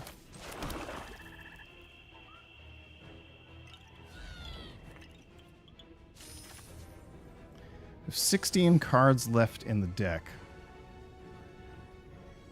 I mean, Pain for All would also wipe out that Mouth of the Storm, which would allow us to start attacking. Thrumming Hivepool would let us go really wide. We've got some options here. There are definitely some things we could draw. There's another Melded Moxite, so we'll hang on to that.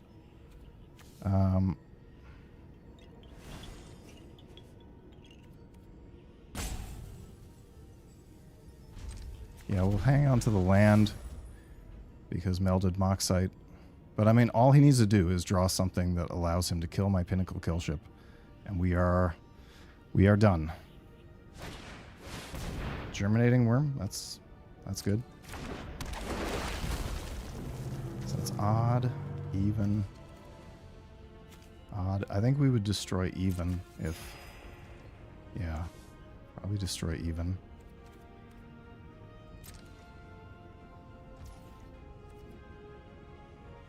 If we get the chance. This is still end of turn.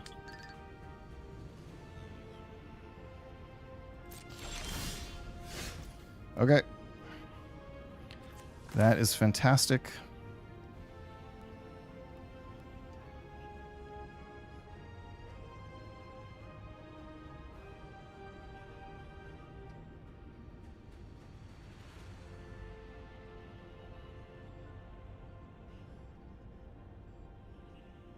So I'm going to do this on the Void Forged Titan, because then if he attacks, I can block with the Void Forged Titan.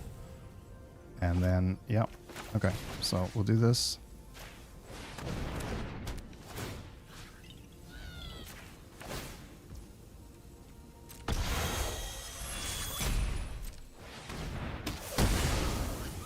Yep, all right.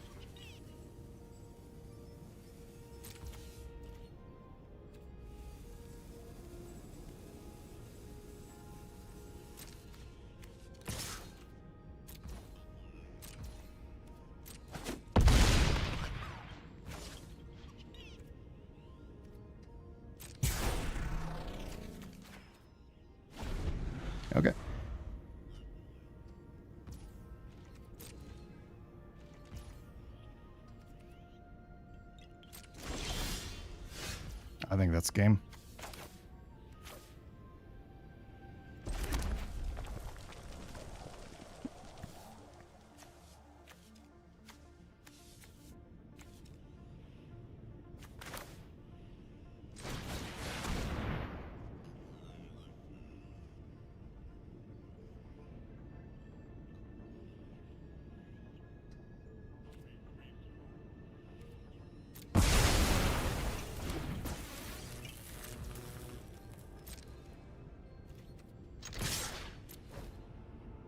Wow, that's nuts. That's how a Mutinous Massacre is supposed to work, I guess.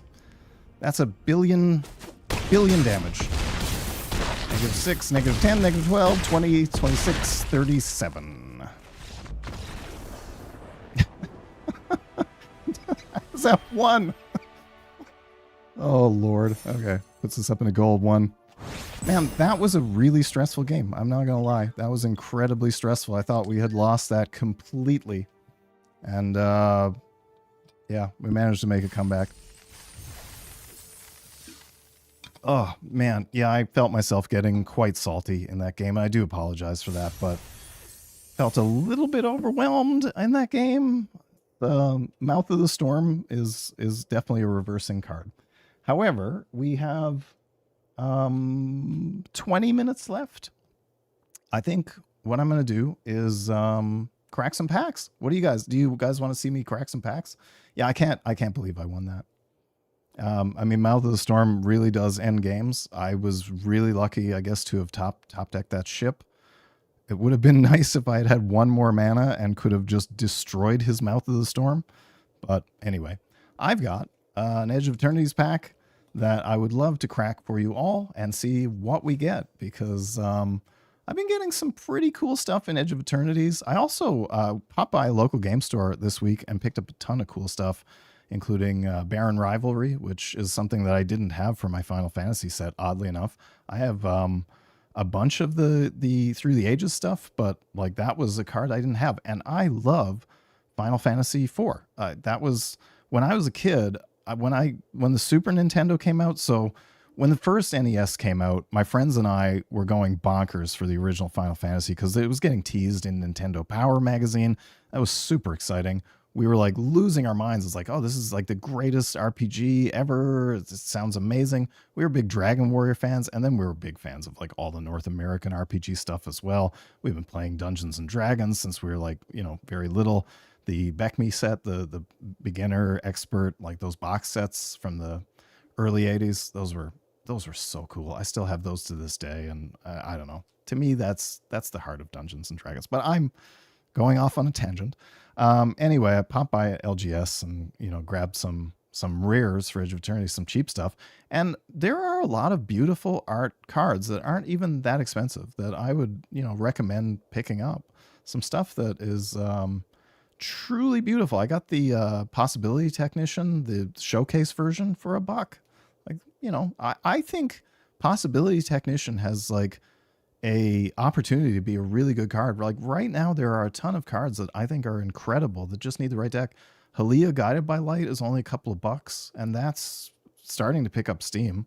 I would always recommend like picking up some Halias. It's a very powerful card. Anyway, let's go over to the card display thing. Okay, so I got a new case for showing off cards, dropping cards into as we fly through outer space.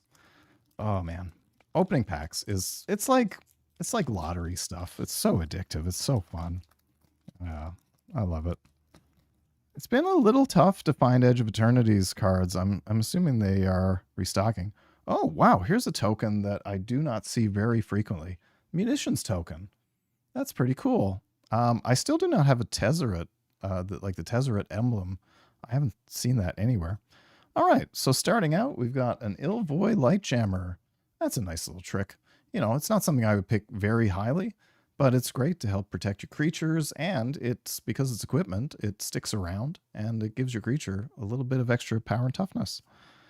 I do love me a Starfighter Pilot. It's not, a mind-blowing card, but it's like fairly replaceable.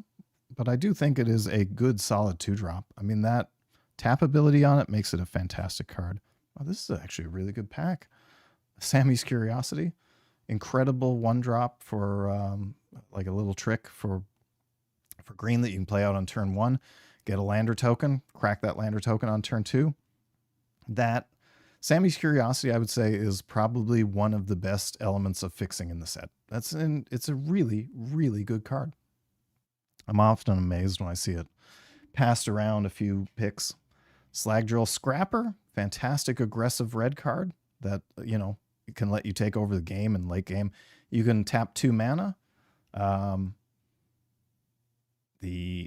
Tap it and tap 2 mana, and you end up drawing a card. You just sacrifice a land because it's you know, another artifact or land. If you've already got 7, 8, 9 land out in a fairly aggressive deck, then you don't need them. Decode Transmissions is something I love, especially whenever you can enable that void trigger. Draw 2 cards and lose 2 life, or if you have void, then the opponent loses 2 life. There's almost always ways to get, you know, that trigger dealt with. Man, I still cannot believe we won that game.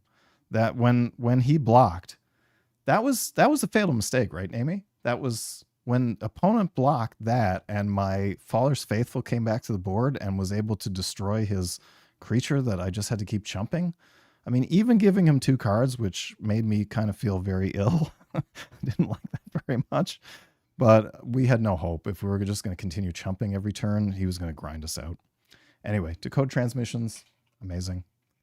Ilvoy Operative is a card that I'm not a big fan of, but I would say, you know, it's a good card. Like, I would definitely have it in a deck, especially in like Azorius, where you're like double spelling is like fairly guaranteed to be able to double spell based on, like, you know, if you can pick up some honors that are, you know, 1 casting cost and that draw a card, if you can pick up some sort of stuff to continue drawing cards. Mental Modulation is another great way to enable this. And this is something I'm of a split mind on. Red Tiger Mechan, I feel like in artifact synergy decks is probably strongest. Like, just as an aggressive creature, I'm not a huge fan of it. Like, it's not bad, but it is replaceable. I think if it was a 3/3 for 3, I'd be a little more hip on it, but you know, it is great to be able to get it out on turn 2 and just, it's like a lightning bolt for 2 mana, basically, right? If you can hit your opponent, do 3 damage, then maybe if it never even comes back in again, oh, that's cool. But if you got like Pangolins or Tezzeret or something that cares about artifacts entering the battlefield, this can be really effective. And in a Rakdos sacrifice synergy deck, maybe that's useful as well. Here's something that definitely, I think, contributed to us just winning that last game. The Vote Out is an incredible uncommon card. I always love to see it. I don't convoke with it a whole ton, but I mean, there are times when it is very, very useful. And this is Chocobo Racetrack, but not quite as good. Well, that's not fair. I mean, it's totally different. If you can warp this and get a token off of it early, it's, you know, it's great because it does have the warp. But I mean, Chocobo Racetrack created Chocobos, which had landfall triggers on them, which I feel like is, you know, a little bit better. Yeah, Red Tiger Mechan, I think, is really good with Pangolin. There was a draft game I played where I kept a hand that wasn't particularly great. Turn 2, opponent played a Pangolin. Turn 3, opponent played a Pangolin. Turn 4, opponent played a Pangolin. And then just started, like the +1/+1 counters just got ridiculous and then just completely crushed me. I love this card as well. I like, again, not my favorite card in the world, but I do like the fact that it creates a robot token that can be used to help station it. Of all the spaceships, this is one that I pick in the higher bracket. It's not like my highest pick of space. I think Wormwall Sweeper is probably my highest pick spaceship. I think that is an incredible card because if you never even station it, the Surveil 2 for 2 mana makes Wormwall Sweeper worth it just on its own. It's great for that. If you can station it, then it is even better because the 2/2 flyer can often get in on turn 3 and just, you know, wreak havoc. Man, this pack has been incredible. This is the sort of thing I just love to see. A Mechan Assembler. Bam. Incredible uncommon in blue. And again, great in all the artifact synergies. Wow. Okay.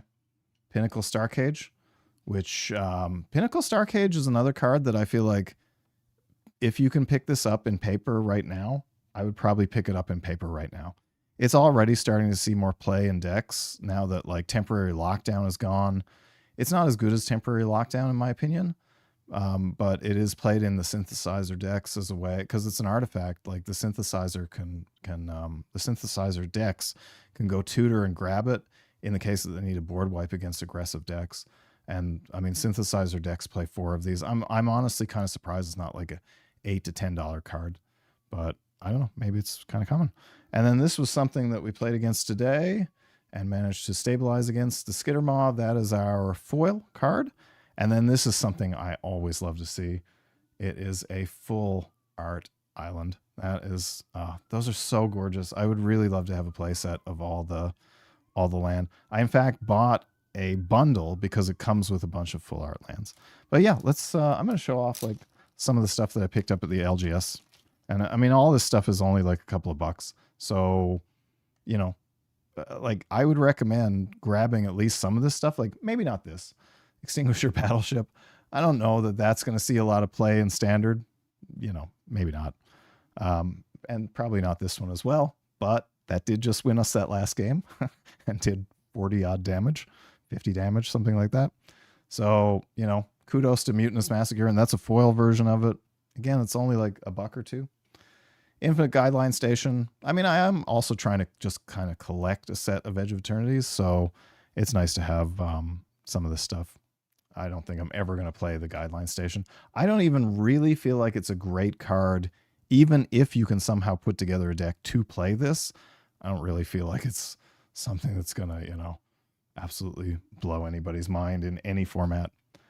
Diadrine, that is a card I really want to draft in one of my drafts. I really want to try that out. It looks like really fun. Again, I don't know if it's like a bomb per se, but I think it is a card that needs to be dealt with.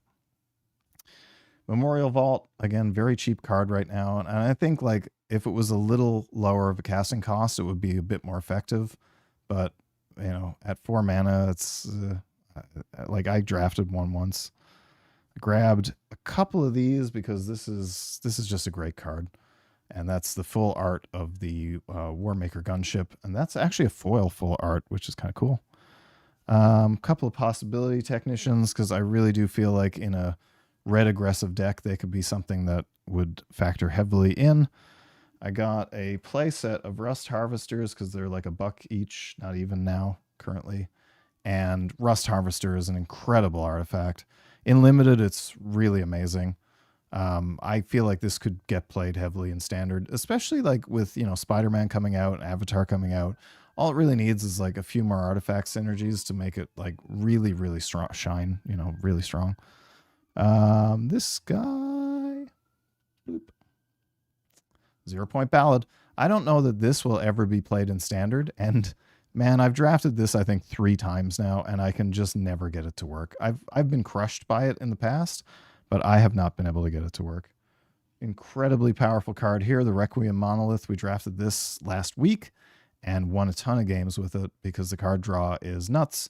However, there was one game where we used this on one of our creatures to draw a card, and then opponent orbital plunge that creature or something. He did a pile of damage to it as well, and then we took damage from the damage he did to it and drew more cards and died.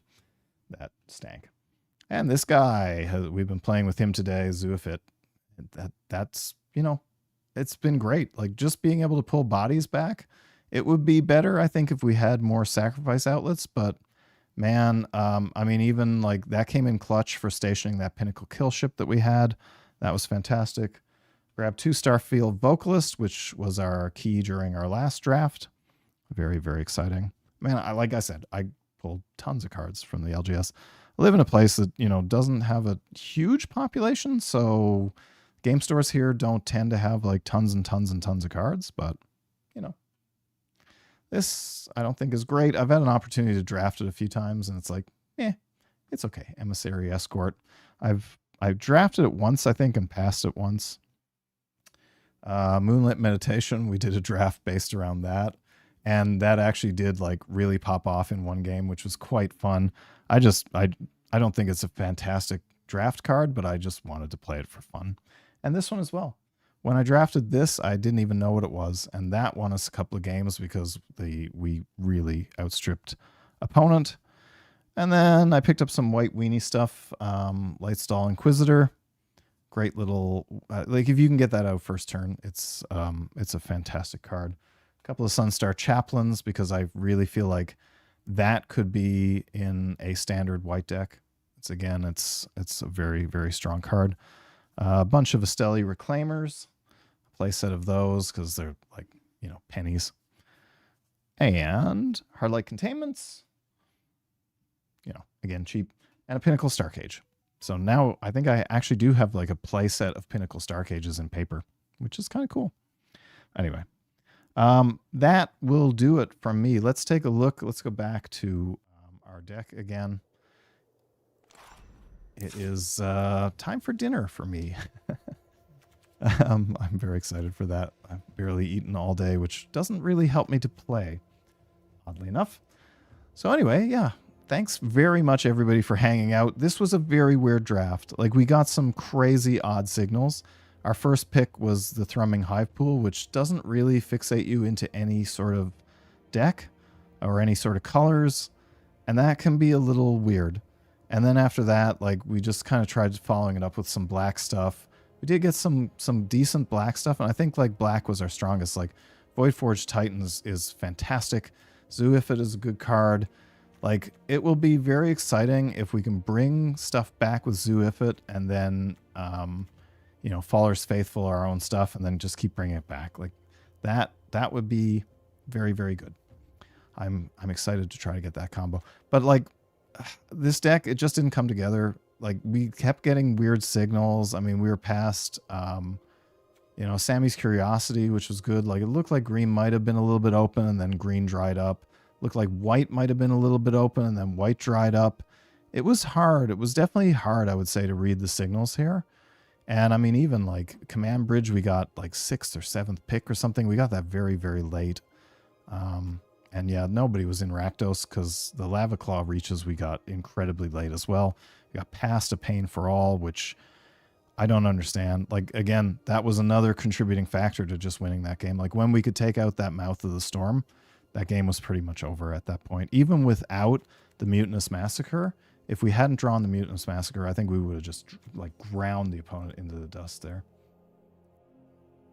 Yeah, we never really got... There was one game we got the Hivepool kind of going, but the opponent was like dirtling like crazy in that game. I don't think it was necessarily the Hivepool that won us that game because we only got 4 tokens out. But yeah, we killed him with 4 Hivepool tokens, and then we Pain for All off of our Landseeker, I think it was, for another 4 damage. And that was great.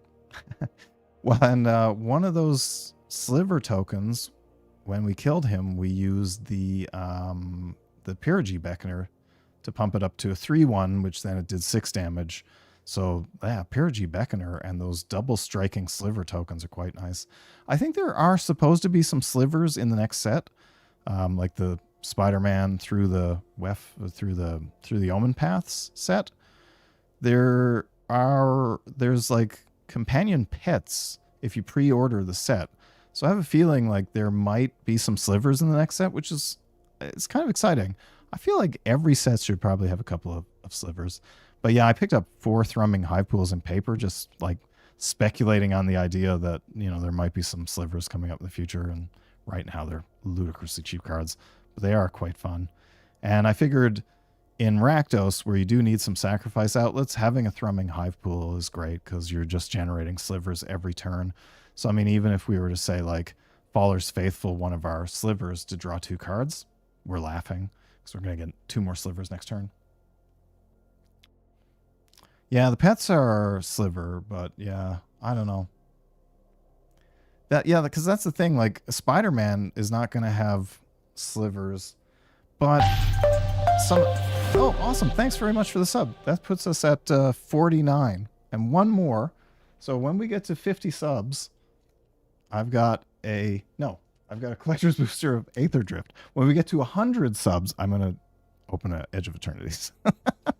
But yeah, maybe, well, our next stream is Monday. So I have a feeling that by Monday we'll have 50 subscribers. So if you want to see me open an Aether Drift collector's booster, and it's the first collector's booster I've ever opened in my life, then pop back in on Monday. Monday I'm streaming at noon Eastern Standard Time. Anyway, this deck is not bad. I really can't complain. And 4 wins, I mean, any time in a draft I can go 4 wins, I'm perfectly happy.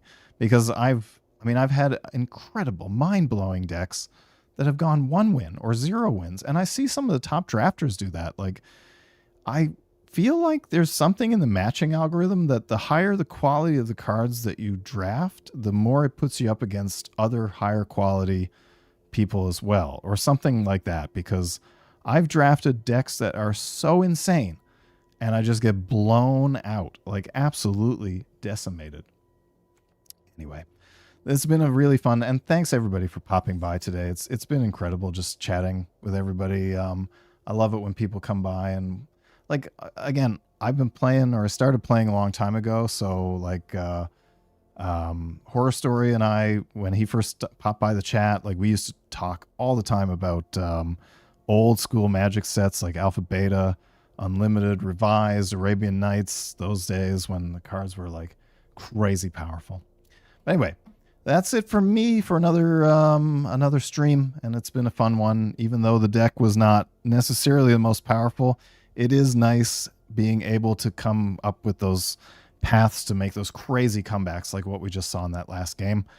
And this has been Mint Alpha Lotus. If you like what I do, please consider dropping a like, following, subscribing, all those fun things. Until next time, everybody, keep it mint.